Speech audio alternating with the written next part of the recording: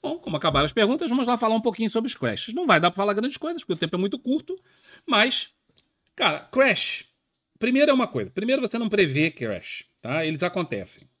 É óbvio que há sinais anteriormente de que um crash poderá vir a acontecer, certo? Há sinais.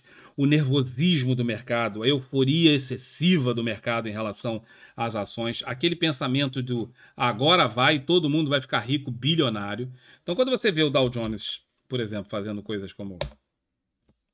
Vamos botar aqui no mensal, tá? Quando você vê o Dow Jones fazendo, e o Dow Jones, ele vem desde, esse gráfico aqui é desde 1929. Ele pega finalzinho de 2028 e vê tudo isso acontecendo depois. Tá? Eu não tenho aqui o gráfico anterior. Eu tenho esses gráficos, mas não tenho aqui no Profit. Então, quando você vê as euforias absurdas, como, por exemplo, em 2008, tá? Em 2008, aqui, ó, crash da internet, nos anos 2000. Tá? Olha essa subida aqui, ó. A bolsa não sobe assim. Ou pelo menos não deveria subir assim. Ela sempre faz movimentos mais ponderados. Vamos lá em 2008 de novo. Aqui, ó. Não, não era 2008, era 2000. Então, esse aqui, ó, foram os anos que antecederam o crash das .com. Observa aquilo que eu já mencionei para vocês. Fortíssimos movimentos, violentíssimos movimentos de queda abrupta, violenta, com movimentos abruptos de subida. Isso começa a acontecer por quê? Porque todo mundo tem o bom senso, que todo mundo tem um pouco de bom senso, observa que se a bolsa estava nesse patamar e agora está trabalhando num patamar 3 vezes maior em dólar e no prazo de 3, 4 anos, é que algo está errado. Porque o lucro das empresas não sobe desse jeito.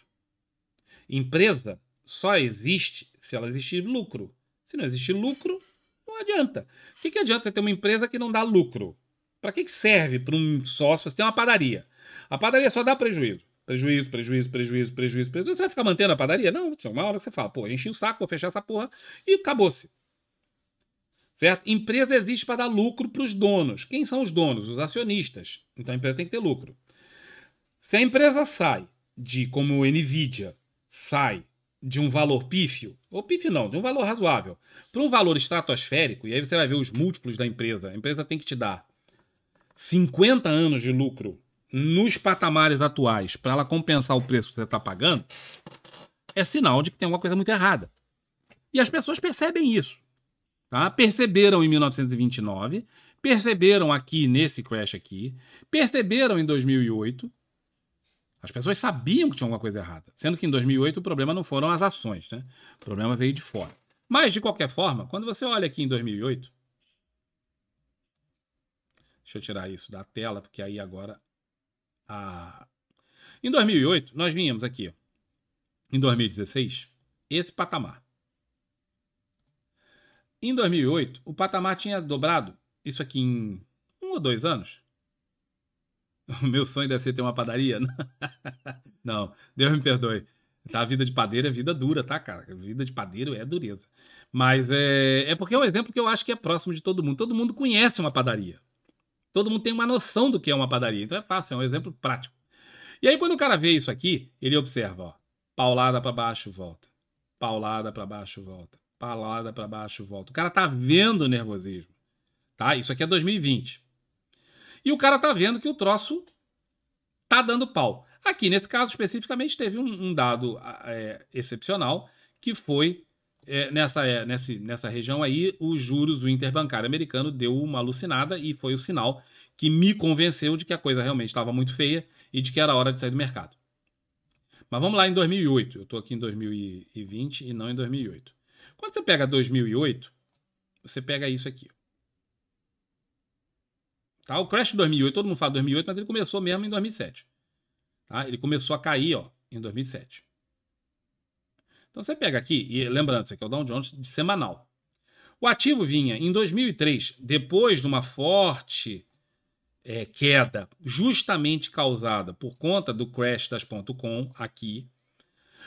O Dow Jones caiu durante basicamente 2 anos e pouco, tá? Foi uma recessãozinha que teve nos Estados Unidos e tal, caiu aqui. E aí ele saiu desse patamar,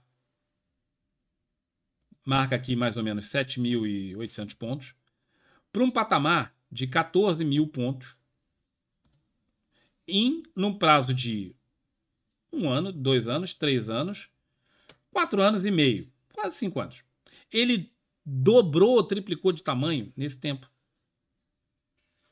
É muito incisivo. Esse tipo de movimento aqui, ó, ele não é natural. Esse tipo de movimento aqui, ele não é natural.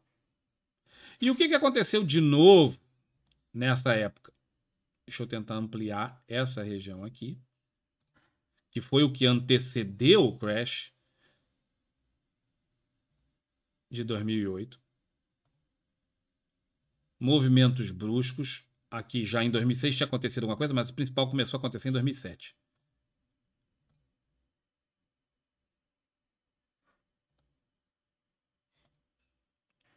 Ó, em 2007, puta merda, velho. Ai.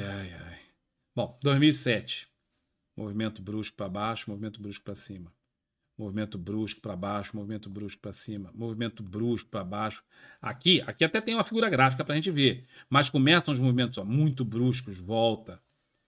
Isso aqui já era o crash acontecendo, mas as pessoas não tinham ainda noção, e depois é que o troço aconteceu a partir daqui. Mas esses movimentos em V, e a gente já vem ressaltando para aí.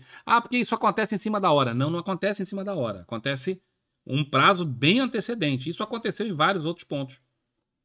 Lembrando que o crash aconteceu na Bolsa não por causa da Bolsa, mas por causa de instrumentos derivativos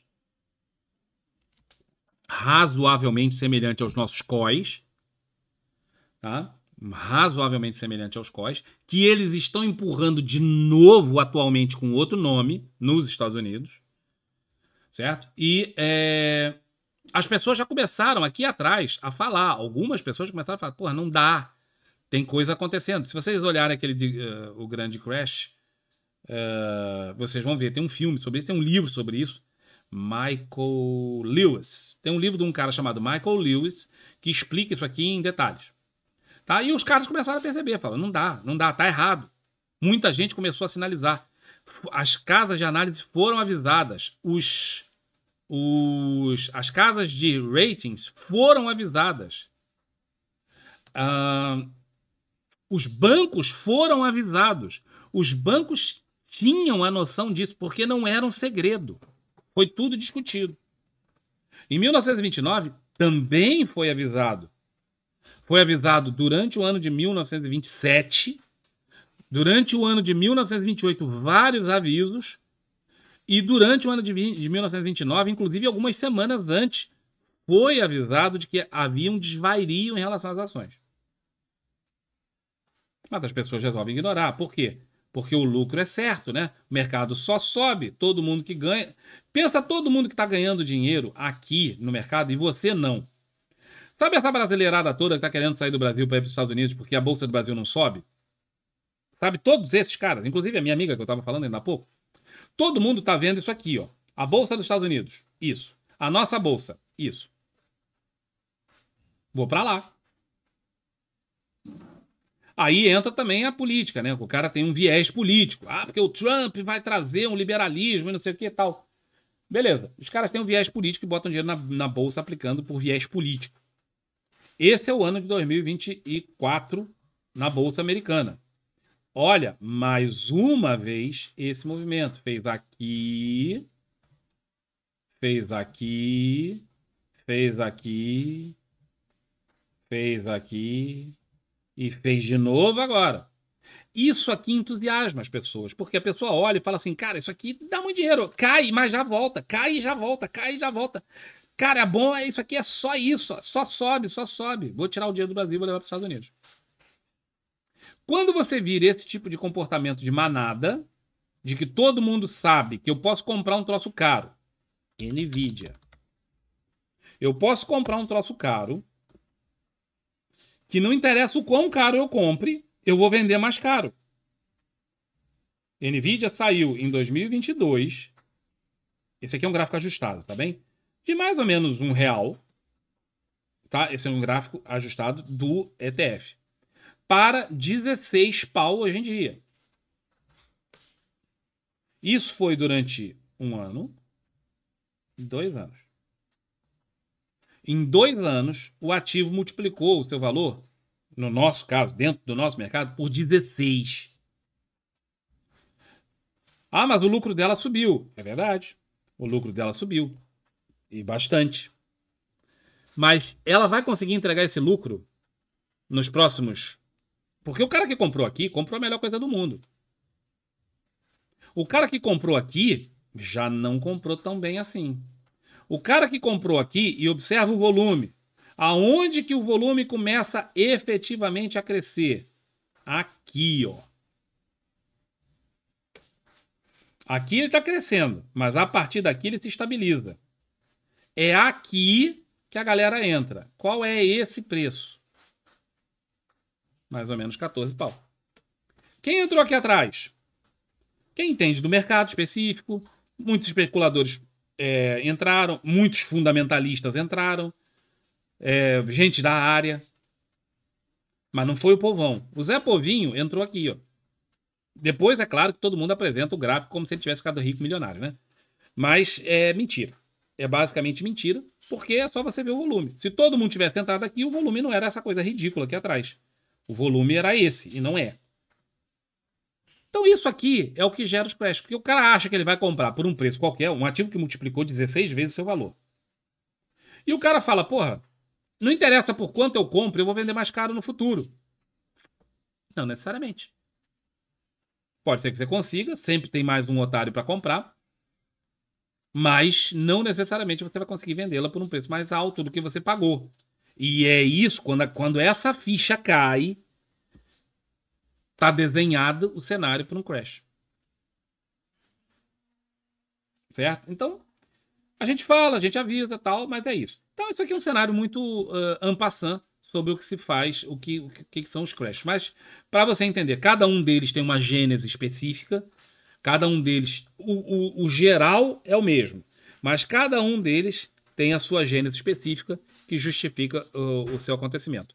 O que vale a pena é as pessoas darem uma lida sobre cada um deles em particular para você entender o que aconteceu e se preparar.